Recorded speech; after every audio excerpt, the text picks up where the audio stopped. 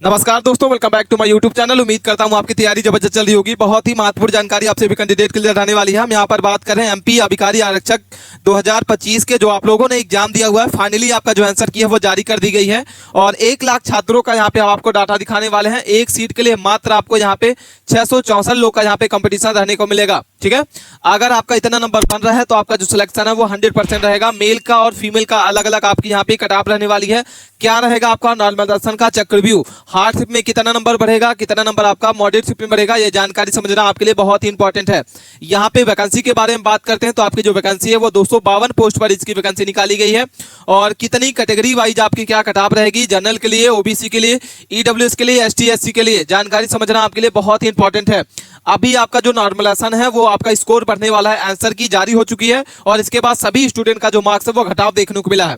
एक एक जानकारी समझ लेना। पहले आप चैनल पे पहली बार विजिट किए हैं तो प्लीज चैनल को सब्सक्राइब कर रख लें और वीडियो को लाइक कर लें। कोई भी अपडेट आए, कोई भी इंफॉर्मेशन आए, विद इन सेकंड उसका इंफॉर्मेशन आप सभी कैंडिडेट के पास पहुंच पाए। चलिए जानकारी को समझ लेते हैं कि आपका जो कट ऑफ क्या रहने। इसमें हम बात कर रहे हैं एमपी अभिकारी आरक्षक के बारे में। जो आप लोगों ने एग्जाम दे हुआ, आपका जो एग्जाम है वो कंप्लीट करा लिया गया है।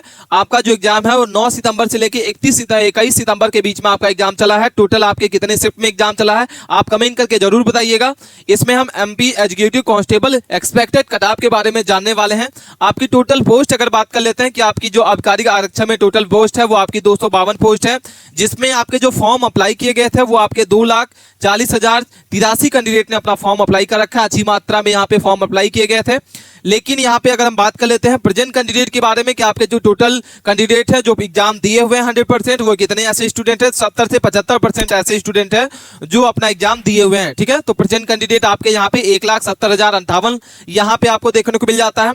अगर हम बात करते हैं कॉम्पिटिशन के बारे में तो आपका जो कॉम्पिटिशन है वो आपका जो है एक सीट पर आपको 664 स्टूडेंट का यहाँ पे देखने को मिलता है। आंसर की आपकी जारी हो चुकी है, आप इसको चेक कर सकते हैं। अगर आप चाहते हैं कि आंसर की कैसे चेक करना होगा कमेंट के माध्यम से आप पूछ सकते हैं, हम आपको बता देंगे स्टेप बाय स्टेप। ठीक है, आंसर की आपकी जारी हो चुकी है। ऑल शिफ्ट का यहाँ पे जो एग्जाम लेवल है वो क्या रहेगा और आपका गुड जो स्कोर है वो क्या रहने वाला है, ये जानकारी समझ लेना। यहाँ पे सबसे पहले हम बात कर लेते हैं कि आपका जो एग्जाम लेवल है वो क्या रहा है। तो रीजनिंग की बात करते हैं, मैथ की में और साइंस, जीके, जीएस। तो यहाँ पे आपके 4 यहाँ पे जो सब्जेक्ट है वो आपका एग्जाम लेवल है, जिसमें आपकी रीजनिंग जो है 30 क्वेश्चन पूछे गए थे। ठीक है, जो आपकी इजी शिफ्ट पूछी गई थी। इसके बाद मैथ की अगर बात करते हैं तो आपके 25 क्वेश्चन मॉडरेट थे।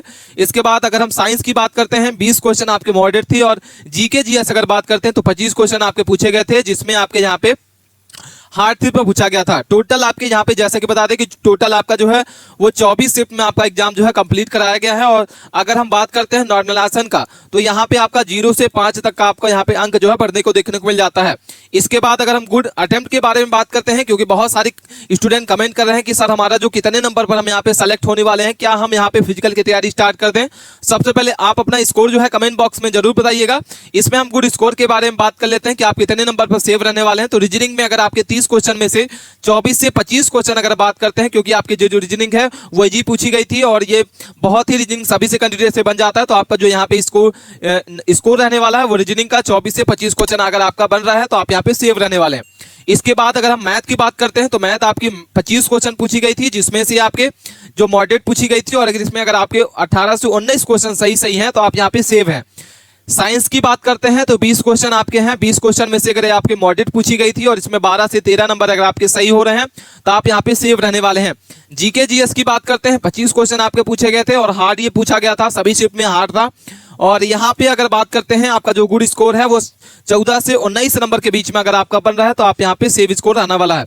इसके बाद हम बात कर लेते हैं कि आपका जो प्रीवियस ईयर का कट ऑफ है वो क्या रहने वाली है और इस बार क्या कट ऑफ आपकी रहेगी, ये जानकारी समझ लेना।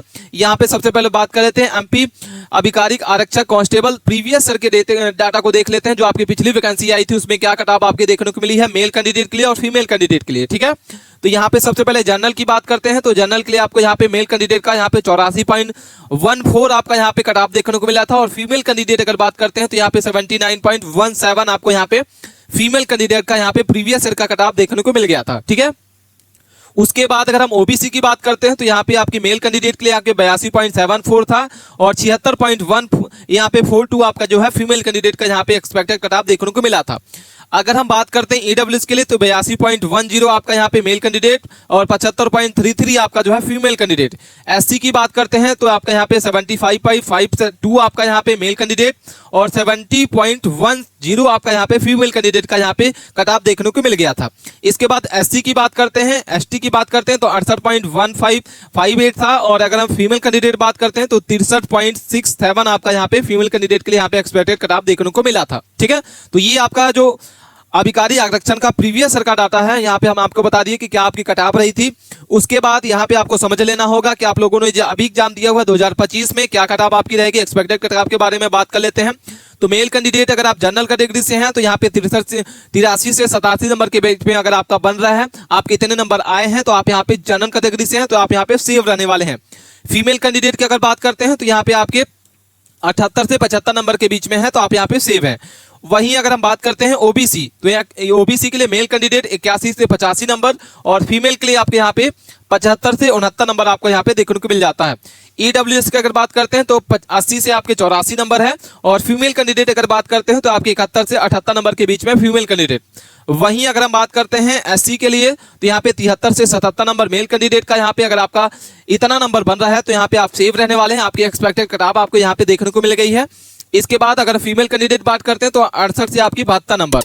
एससी की बात करते हैं, एसटी की बात करते हैं तो 66 से आपकी 70 नंबर के बीच में और 61 से आपकी 65 नंबर के बीच में आपका फीमेल कैंडिडेट। ठीक है, और आप अपना कमेंट स्कोर बॉक्स में जरूर बताइएगा कि आपका जो स्कोर है वो कितना बन रहा है। कमेंट बॉक्स में जरूर लिखना है सभी कैंडिडेट को जो भी इस वीडियो को देख रहे हैं और एमपी अभिकारी आरक्षण का जो एग्जाम दिए हुए हैं। ठीक है, और कोई भी डाउट है कमेंट करके जरूर बताइएगा। मिलते हैं नए टॉपिक के साथ नए वीडियो में। चैनल को सब्सक्राइब करके नहीं रखा है तो प्लीज चैनल को सब्सक्राइब कर लें।